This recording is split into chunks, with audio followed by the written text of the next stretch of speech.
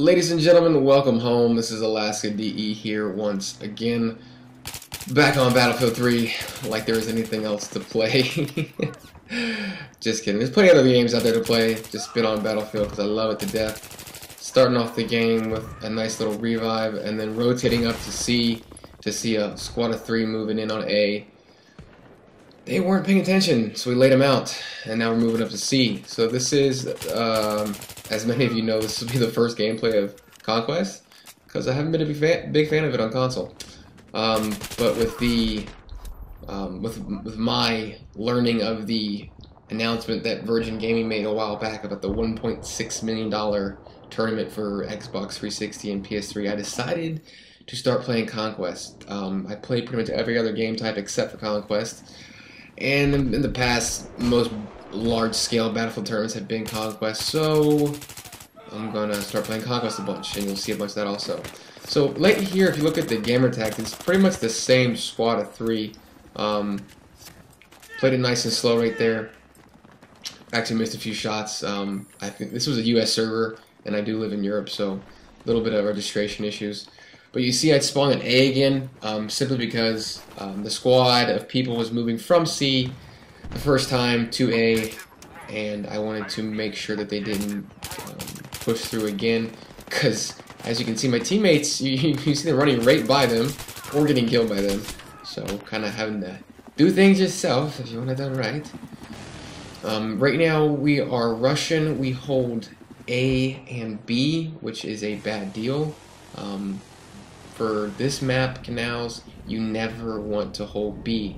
B has terrible spawns, either out in the open or away from the flag inside of buildings, but still not very concealed.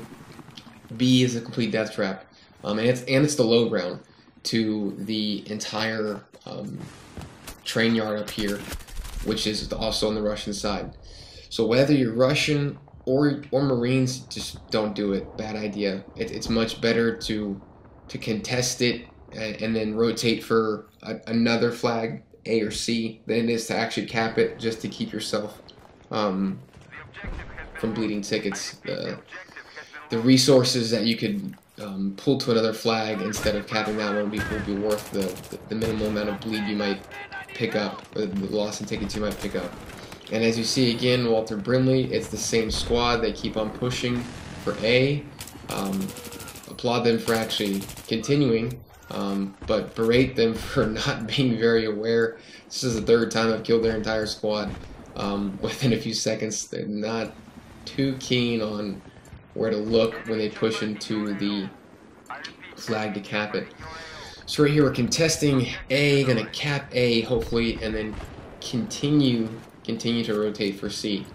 Now on a different map, if there's a different flag, I wouldn't be pushing directly for C or pushing directly for the flag where these people came from, because generally the way it works, the rotation is if they just capped A and they moved away, we could easily push in and cap A back from them like we just did, because generally a good team is going to be rotating, meaning if we need to cap a certain flag, we're going to cap it and move on, because the opposite team is good and should be doing that. So you can kind of judge where there's going to be very few people on the map. Right here there's going to be a ton of people at C. That's why I'm playing pretty passive aggressively, because this was the only capture point they held for a while. So still playing passive aggressively to come help my team get this. It looks like on the 4th try we're going to finally get it, which is good, because we definitely need this one, especially since it's the one close to our deployment. Gonna lock this down. I'm running Engineer today, simply because on this map with the plethora of vehicles and the mostly mid-range combat, it is the Shining class. And as I've learned in most Conquests, this is actually the class that you want to have. Now right here, the LEV, very, very dangerous. I definitely want to engage it as soon as possible. The LEV in the right hands is just like any other vehicle in the right hands. It can be extremely, extremely dangerous, extremely powerful. If you have someone in your team that says they're good in a vehicle, give them a shot. Let them see if they are. If they are, it can be a huge advantage to you.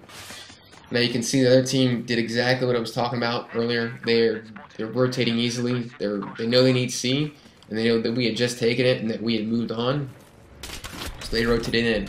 I have no idea how he got the Invincitrack or Amtrack.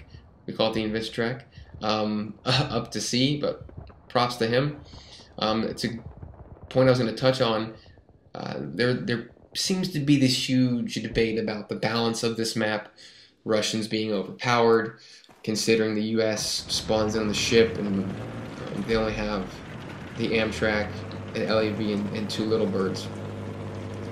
I've played a fair amount of games of Conquest on this map, and I've played some against very, very good people, and I will say a few things. One, yes, Russian does tend to win, but if you have a team of people with good helicopter pilots, very good scout helicopter pilots, the US tends to actually dominate this map. 2 little birds that the US spawns with coordinated together, especially when they're fully maxed out with laser painter and guided missile, just completely own the air and own the ground, taking out all the Russians' vehicles very quickly. And if you're a good pilot able to do that, you're also going to be good at taking out infantry. So I will say, if you know someone that's a good pilot in the Little Bird, let him have it. If your teammate says he's good, once again, give him a shot and support him. Spawn on him as Ingy. Keep the helicopter alive. It's honestly your greatest asset as the U.S. on this map, besides the LAV, which the LAV can easily be dispatched, on the ground by infantry. Helicopters are a little bit harder, depending on how good the tankers are. As you just saw a moment ago, someone else on my team was laser designating the Little Bird, and I had guided shell, so it was pretty easy to take that out. He didn't ECM, he didn't flare, he had no repair, he had nothing. So it just goes to show it's all about who's in the vehicle. Amtrack is kind of the same way. We saw it earlier. He pushed up. It's a mobile spawn point. If you're US, park it somewhere out of the way. You can just keep spawning there.